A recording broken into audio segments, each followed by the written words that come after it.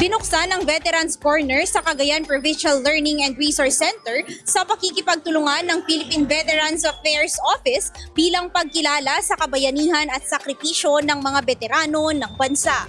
Pinangunahan ang aktibidad ni Governor Edgar B. Aglipay, Undersecretary Reynaldo B. Mapagu ng PIVAW, retired PNP Colonel Rodolfo Brillantes at ilang opisyal ng militar at ilang mga kawani mula sa Cagayan Provincial Learning and Resource Center. Bago ang opisyal na pagbubukas, ipinaliwanag nila Michael Pinto, Provincial Librarian at Undersecretary Mapagu ang kahalagahan ng corner bilang tribute at educational resource para sa mga kabataan.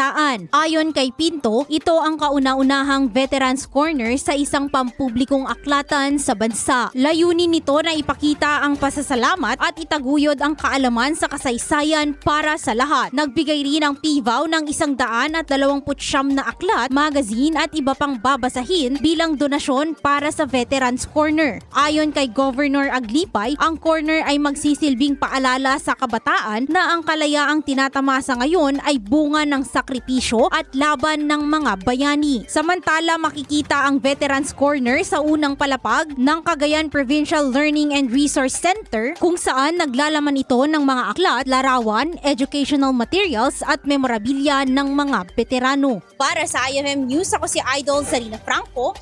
Idol! IFM News.